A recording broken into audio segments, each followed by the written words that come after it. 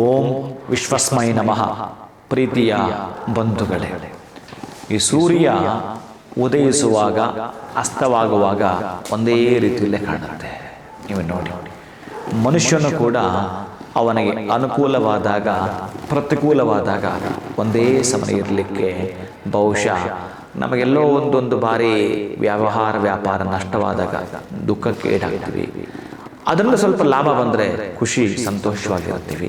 ಸಮಾನವಾಗಿ ಕಾಣತಕ್ಕಂಥದ್ದು ಯಾರು ಮಾಡುತ್ತಾರೋ ಅವರಿಗೆ ಒಂದು ಸಾಧ್ಯವಾದರೆ ಮತ್ತೊಂದು ಮೆಟ್ಟಲು ಲಾಭದ ಕಡೆನೇ ತಿರುಗಿದ್ದಾರೆ.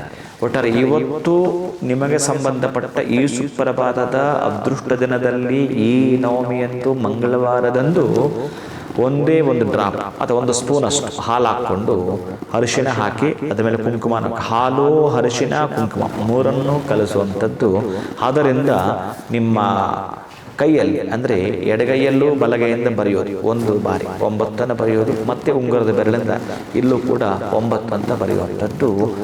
ಓಂ ಶ್ರೀ ಮಾಧವಾಯ ನಮಃ, ಓಂ ಶ್ರೀ ಮಾಧವಾಯ ನಮಃ, ಓಂ ಶ್ರೀ ಮಾಧವಾಯ ನಮಃ ಅನ್ನೋ ಮಂತ್ರವನ್ನು ಹೇಳುವಂಥದ್ದು.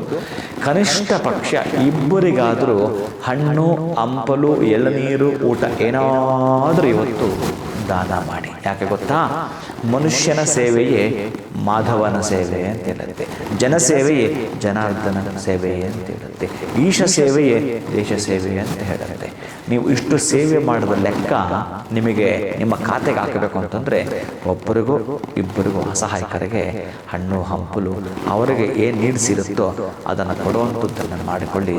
ಪ್ರೀತಿಯ ಬಂಧುಗಳೇ, ಮಾಧವ ನಿಮ್ಮನ್ನು ಕಾಪಾಡ್ತಾನೆ. ಶಿವಂಬುಯ್ಯ ಒಳಿತಾಗಲಿ.